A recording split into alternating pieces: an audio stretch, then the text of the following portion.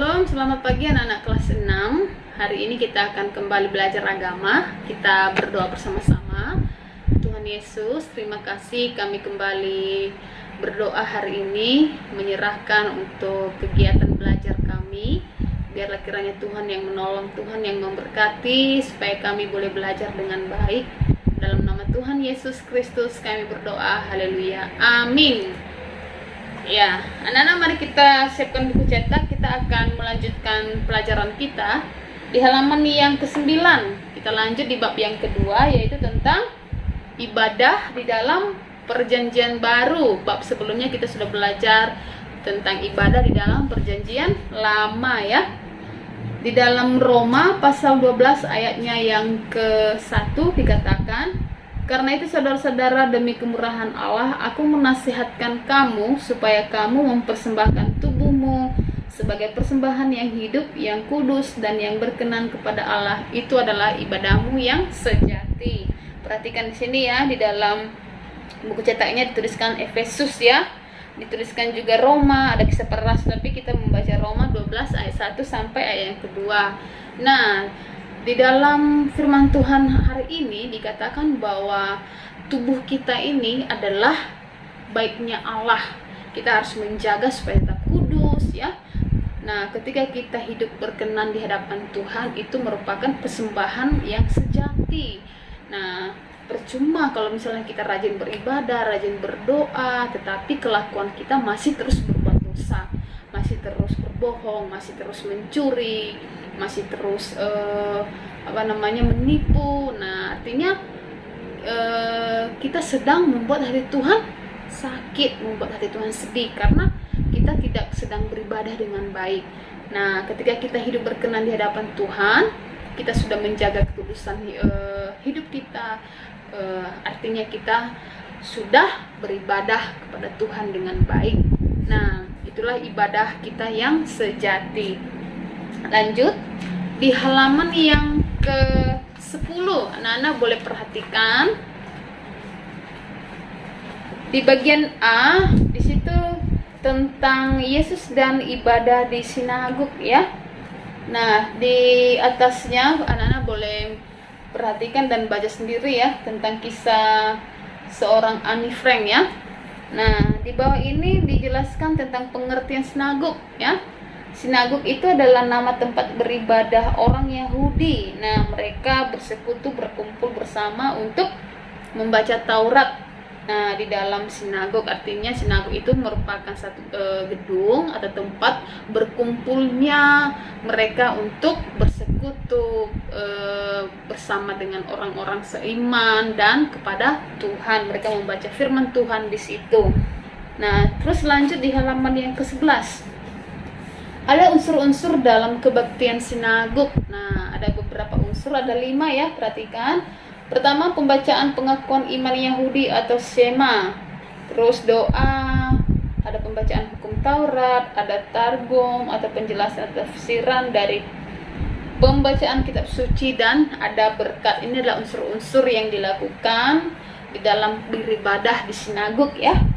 Nah, coba perhatikan, ada gambar yang di sini, beberapa jemaatnya atau orang-orangnya di sini berkumpul di bawah. Terus di mimbar ini ada seorang yang sedang membaca firman Tuhan atau Alkitab. Nah, yang lainnya mendengarkan. Nah, terus dikatakan bahwa di dalam ibadah sinagog, pembacaan kitab suci adalah pusat dari ibadah. Artinya membaca firman Tuhan, membaca Alkitab atau kitab suci itu adalah hal yang sangat penting. Itu adalah pusat dari semua kegiatan ibadah pada waktu itu. Oke, lanjut di halaman yang ke-12. Di bagian B, yaitu tentang ibadah gereja perdana atau gereja mula-mula. Nah, di sini ada gambar ketika turunnya Roh Kudus ya. Pada waktu Yesus terangkat ke surga. Nah, kisah gereja mula-mula ini kita bisa membaca di dalam kisah para rasul ya. Dalam kisah para rasul dalam perjanjian baru dikatakan bahwa dalam kisah para rasul diceritakan bagaimana Roh Kudus mengubahkan Rasul Petrus. Nah, ketika Rasul Petrus diubahkan, dia pertama ini adalah seorang nelayan ya dari Galilea. Nah, Terus ketika diubahkan oleh Tuhan, dia menjadi seorang kepala pekabar Injil, artinya dia menjadi seorang yang mengabarkan kabar baik, menceritakan tentang Kristus, sehingga ada banyak orang yang percaya pada waktu itu, ada banyak jiwa-jiwa yang diselamatkan ya, yang mengambil keputusan untuk percaya Tuhan Yesus sebagai juru selamat pribadi yang menyelamatkan mereka ya. Nah, pada waktu itu semakin banyak mereka yang terselamatkan, dan mereka berkumpul, mereka hidup rukun, mereka selalu melakukan persekutuan bersama. Nah, anak-anak boleh membaca selanjutnya, di situ sudah dijelaskan. Lanjut di halaman yang ke-13. Nah, di sini kita ada satu tugas ya. Di sini dikatakan jawablah beberapa pertanyaan tentang gereja perdana atau gereja mula-mula ya. Kita bisa melihat jawabannya di dalam halaman yang ke-12. Nah, anak-anak boleh membaca dan boleh mengisi mengapa pertumbuhan jemaat perdana bisa begitu pesat, apa yang terjadi ya. Boleh dituliskan di sini sampai halaman yang sampai nomor yang ke-5. Lanjut di halaman yang ke-13 masih di bagian C, yaitu tentang ibadah menurut Rasul Paulus di dalam Roma 12 ayat yang pertama. Anda juga bisa membaca di sini. Itu dalam Roma 12 ayat 1 kita sudah membaca tadi ya. Paulus menasihatkan jemaat agar mempersembahkan tubuhnya sebagai persembahan yang hidup, kudus, dan berkenan kepada Allah, karena itu merupakan ibadah yang sejati. Baru yang kedua di dalam Kolose ya. Kita bisa melihat di dalam Kolose pasal 3 ayatnya yang ke-23 juga dijelaskan, apapun juga yang kamu perbuat, perbuatlah dengan segenap hatimu seperti untuk Tuhan dan bukan untuk manusia. Artinya apapun yang kita lakukan, apapun yang kita kerjakan atau kita lakukan itu seperti untuk Tuhan ya, bukan untuk manusia. Misalnya kita sudah berusaha melakukan yang terbaik, manusia tidak menghargai, nggak usah dipikirkan, karena yang memberikan penilaian itu adalah Tuhan. Lakukan saja seperti untuk Tuhan ya. Oke. Baru di bagian C masih halaman yang ke-14, perbedaan ibadah perjanjian lama dan perjanjian baru. Nah, di sini ya ada perbedaan perjanjian lama dan perjanjian baru ibadahnya. Misalnya yang pertama, ibadah dalam perjanjian lama, ibadah dilakukan secara pribadi dan bersama. Manusia membangun mezbah untuk kurban persembahan.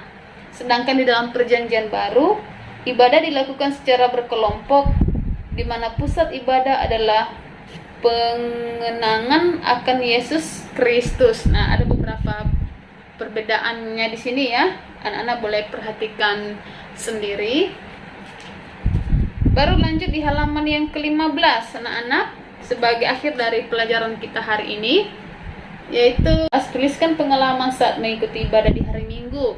Anak-anak misalnya beribadah datang di hari Minggu, bagaimana pengalaman anak-anak? Misalnya sangat senang, sangat menikmati firman Tuhannya, pujiannya. Nah, tuliskan di sini apa yang menarik perhatianmu dalam ibadah itu. Misalnya yang menarik perhatian ceritanya atau musiknya atau puji-pujiannya, dituliskan di sini ya. Terus mengapa? Nah, ini adalah penutup dari mata pelajaran kita hari ini. Di halaman yang ke-16, simpulkan apa yang kita pelajari. Oke, demikian mata pelajaran hari ini. Tetap semangat untuk belajar. Mari kita berdoa. Tuhan Yesus, terima kasih kami sudah selesai belajar hari ini. Mari Tuhan menolong memberkati supaya kami boleh mengerjakan tugas-tugas yang ada. Dalam nama Tuhan Yesus kami berdoa. Haleluya. Amin.